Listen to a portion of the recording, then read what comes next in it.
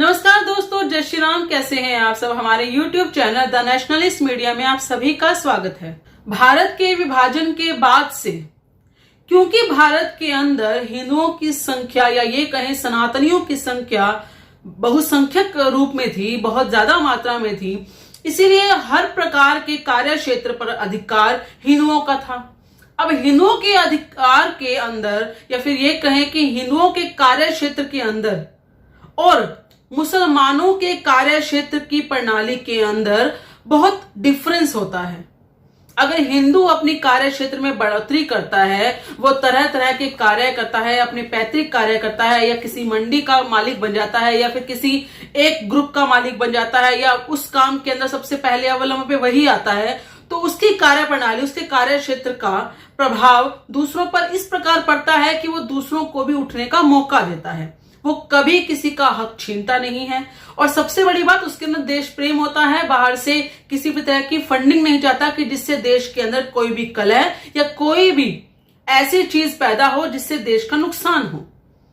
खास तौर पे ये जो सनातनी लोग होते हैं, इनके अंदर देश प्रेम भरा हुआ होता है। दूसरी तरफ अगर हमारे देश में घुसपैठिए घुसाए जाएंगे, या ये कहें कि हमारे देश में जब विभाजन हुआ तो दूसरी तरफ मुसलमानों की संख्या कुछ ही प्रतिशत थी, लेकिन काम तो उन्हें भी मिलना था, काम तो वो भी करते थे, संख्या तो वो भी बढ़ाएंगे, तो हर तरीके से उन्हें अच्छे ढंग से हर तरीके का काम दिया गया। उन्होंने किया भी सही, और आज उनकी संख्या 20% के आसपास हो चुकी है, बल्कि ज्यादा हो चुकी है। लेकिन उसके बावजूद उन लोगों ने कुछ ऐसा किया है, या ये कहें कि उन्हीं में से कुछ गद्दार लोग हैं जो देश का बुरा चाहते हैं। और बाहर के लोगों को, मैं ये नहीं कहूंगी कि सिर्फ वही लोग हैं, उनके साथ कुछ हिंदू लोग भी शामिल होंगे जो या तो कन्वर्टेड हो चुके हैं और हिंदू रहने का ड्रामा कर रहे हैं, या फिर वो सचमुच के हिंदू हैं लेकिन उनका जमीर, जो उनकी आत्मा है, वो बिक चुकी है। वो हमारे ही देश में इस तरह के घुसपैठियों को, इस तरह के रोहिंग्या लोगों को बसाने की हर तरह की चाल चल रहे हैं। वो चाह रहे हैं कि देश के अंदर जितना हो सके कलह पैदा हो, या फिर ये कहें कि वो लोग जो ऐसे कार्य कर रहे हैं, जो ऐसे रोहिंग्याओं को देश में बसा रहे हैं, उन्हें कार्य क्षेत्र में बसा रहे हैं, उन्हें जानबूझकर बहुसंख्यक बना रहे हैं और बाहर से फंडिंग प्राप्त कर रहे हैं, वो ये नहीं समझ रहे कि वो हमारे ही भारत का नुकसान कर रहे हैं, लेकिन अपनी जेबें भर रहे हैं। सिर्फ पैसे के चक्कर में वो भारत की ही अस्मिता को, भारत की ही कार्यप्रणाली को और भारत के हर तरीके की जो सिक्योरिटी, सुरक्षा होती है, उसे आहत कर रहे हैं। हम सभी जानते हैं कि देवभूमि उत्तराखंड, इसे देवभूमि इसलिए कहा जाता है क्योंकि ये देवों का स्थान है। यहां पर जितने भी तीर्थ स्थान हैं उन सबको हिंदू पूजते हैं, तो यहां पर किसी भी तरह की मुस्लिम कम्युनिटी के लोगों का होने का कोई तुक नहीं बनता। किसी भी तरह का उनका वहां होना व्यर्थ है, बिल्कुल व्यर्थ है, क्योंकि वहां पर देवभूमि है। वहां पर हर तरह के तीर्थ स्थान सिर्फ हिंदुओं के लिए हैं। हिंदू लोग ही, हिंदू का अर्थ में मेरा मतलब है कि सनातनी लोग, जितने भी सनातनी, चाहे वो हिंदुओं से निकल कर बौद्ध धर्म में गए हों, चाहे वो जैनिज्म में गए हों, वो सभी वहां पर माथा टेकने जाते हैं देवभूमि के अंदर। भले मैं जम्मू की बात करूं, भले मैं बात करूं आपकी उत्तराखंड की, ये दोनों स्थान ऐसे हैं जहां पर हिंदुओं की मात्रा ही सर्वश्रेष्ठ होती है, और वहीं पर उनके जो देव स्थान है वहां बने हुए हैं, सभी के सभी देवताओं देवियों को पूजने का स्थान बने हुए हैं। लेकिन अगर ऐसे में वहां पर मुस्लिम लोगों की आबादी बढ़ती जाती है, तो इसका मतलब यही है कि वहां पर खतरे की घंटी बढ़ रही है, खतरे की घंटी मंडरा रही है। अभी तक तो आपने लैंड जिहाद सुना था, यानी कि ये जो बाहर के घुसपैठिए लोग होते हैं, रोहिंग्या लोग होते हैं, ये हमारे देश में जानबूझकर बुलाए जाते हैं और उसके बाद ये हर तरह की जमीन पर अपना कब्जा जमा लेते हैं। छोटे छोटे पहले तरीके से एक छोटी छोटी मज़ारे टाइप बनाना शुरू करते हैं, फिर धीरे धीरे वहां पर अपना प्लेस बना लेते हैं, या ये समझ जाते हैं, ये दिखाते हैं कि हमारा ये घर है पड़ा, लेकिन वो सारी की सारी अवैध तरीके से बनाते हैं, वो कोई जमीन खरीदी हुई नहीं होती है। अब पहले तो ये लैंड जिहाद करते थे, लेकिन अब क्योंकि देवभूमि के अंदर बहुत ज्यादा मात्रा में हिंदू आते हैं, हिंदू वहां पर आके अपनी अपनी देवों का जो स्थान है उसको पूजते हैं। कुछ लोग वहां पर मेडिटेशन करने भी जाते हैं। जब इंसान परेशान होता है तो वहां की एक जो वाइब होती है उसको महसूस करने जाते हैं। तो खास तौर पे देवभूमि में बहुत ज्यादा मात्रा में लोग जाते हैं इसी चीज के लिए। लेकिन वहां पर अब एक और जिहाद शुरू हो चुका है। वहां के जितने भी पैतृक कार्य हैं उन सब के लिए हिंदुओं ने उन्हें छोड़ना शुरू कर दिया है। अपने जितने भी कार्य वो देवभूमि में करते थे, भले वो टूरिज्म की बात आती है, भले वहां पर कुछ भी खाद्य पदार्थों की बात आती है, भले वो किसी भी तरह के टूर्स एंड ट्रेवल्स की बात आती है, वो सारे कार्य हिंदू छोड़ते जा रहे हैं और उनकी जगह पर ये मुस्लिम लोग वहां पर जो बस रहे हैं वो इस चीज को अपनाते जा रहे हैं, बल्कि ये कहें कि एक तरह से जिहाद कर रहे हैं। टूरिज्म जिहाद के अंदर वो सबसे ज्यादा बोली लगाते हैं वहां के होटल्स की, रेस्टोरेंट्स की और जितने भी लॉजेस वगैरह हैं पड़े। बोली सबसे ज्यादा ऊंचे रूप में लगाते हैं, ऊंची मात्रा में लगाते हैं। कहने का मतलब यह है कि बहुत ज्यादा पैसा देते हैं। अब होता यह है कि वहां पे जितने भी होटल्स वगैरह, रेस्टोरेंट वगैरह बनाए जाते हैं वो किसी के भी हों, भले वो पूरे भारत के अंदर किसी के भी बनाए गए हों, लेकिन उनकी बोली लगती है कि उसे संभालेगा कौन। अब होता यह है कि वहां के जो मुस्लिम वहां पर एक टाइम में उनके पास खाने को रोटी नहीं होती, आर्थिक स्तर उनका बिल्कुल गिरा हुआ होता है। पहले तो धीरे धीरे वो वहां बसते हैं और फिर अचानक से ऐसा होता है कि वो वहां के होटल्स, रेस्टोरेंट, लॉजेस वगैरह को खरीद लेते हैं अचानक से। पिछले 5 साल का डेटा में ऐसा कुछ आया है जिसे देखकर हर कोई हैरान है। वहां की जो खुफिया एजेंसियां हैं वो बता रही हैं कि वहां के हिंदू बहुत ज्यादा मात्रा में पलायन कर रहे हैं अपने ऐसे कार्यों को, पैतृक कार्य हो चाहे वो कहीं भी टूरिज्म के कार्य हो, वो सारे कार्य छोड़कर वो वहां से पलायन कर रहे हैं क्योंकि उन्हें काम नहीं मिल रहा। काम इसलिए नहीं मिल रहा क्योंकि वहां की जो संपत्तियां हैं उसकी ऊंची बोली लगाकर, बहुत ज्यादा मात्रा में पैसा देकर मुस्लिम लोग उसे हड़प रहे हैं।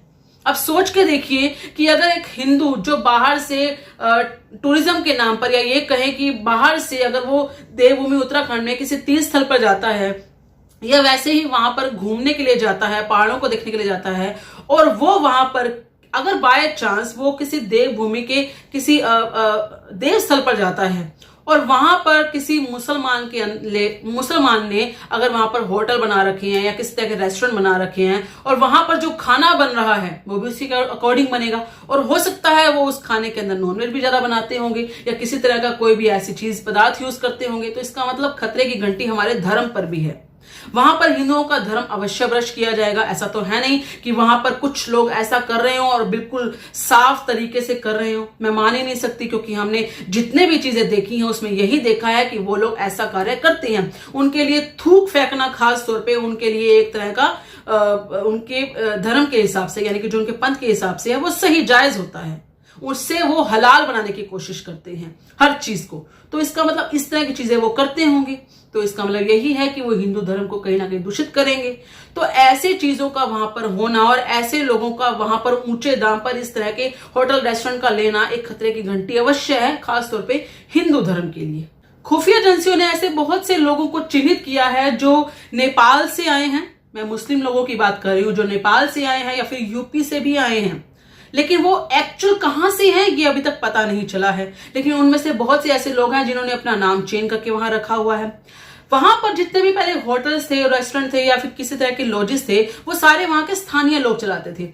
लेकिन क्योंकि इन्हें कुछ ना कुछ फंडिंग बाहर से मिल रही है, तो वहां के जितने भी लॉजेस, होटल वगैरह जितने भी हैं पड़े वहां के स्थान, तो उनको मुस्लिमों ने एक ऊंचे दामों पर खरीद लिया है या ऊंचे दाम पर उनको लीज पर ले लिया है, उठा लिया है, जिसकी वजह से वहां के स्थानीय लोगों को काम मिलना बंद हो गया है और उन्होंने गुहार लगाई है कि हमें इन चीजों से बचाइए।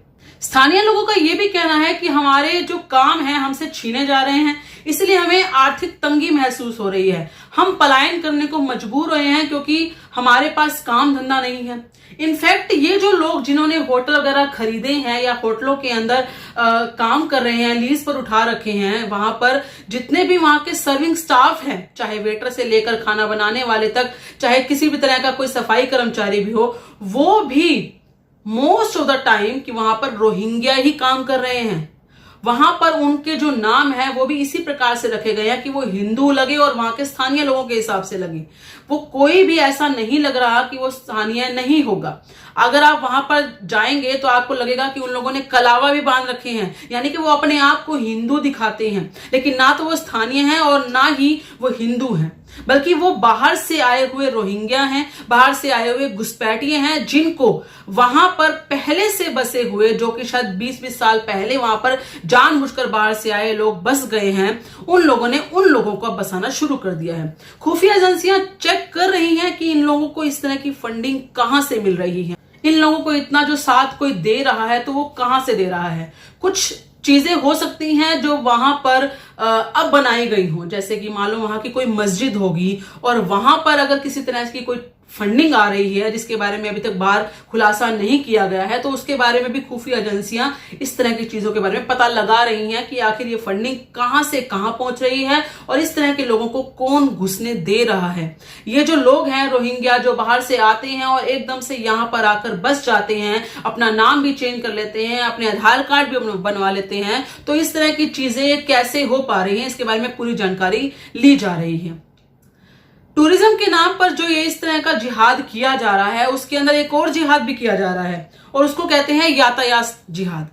यातायात जिहाद के अंदर जो यातायात व्यवस्था होती है, यानी कि टूर्स और ट्रेवलर्स की जो व्यवस्था होती है, उन पर भी ये कब्जा करने लगे हैं।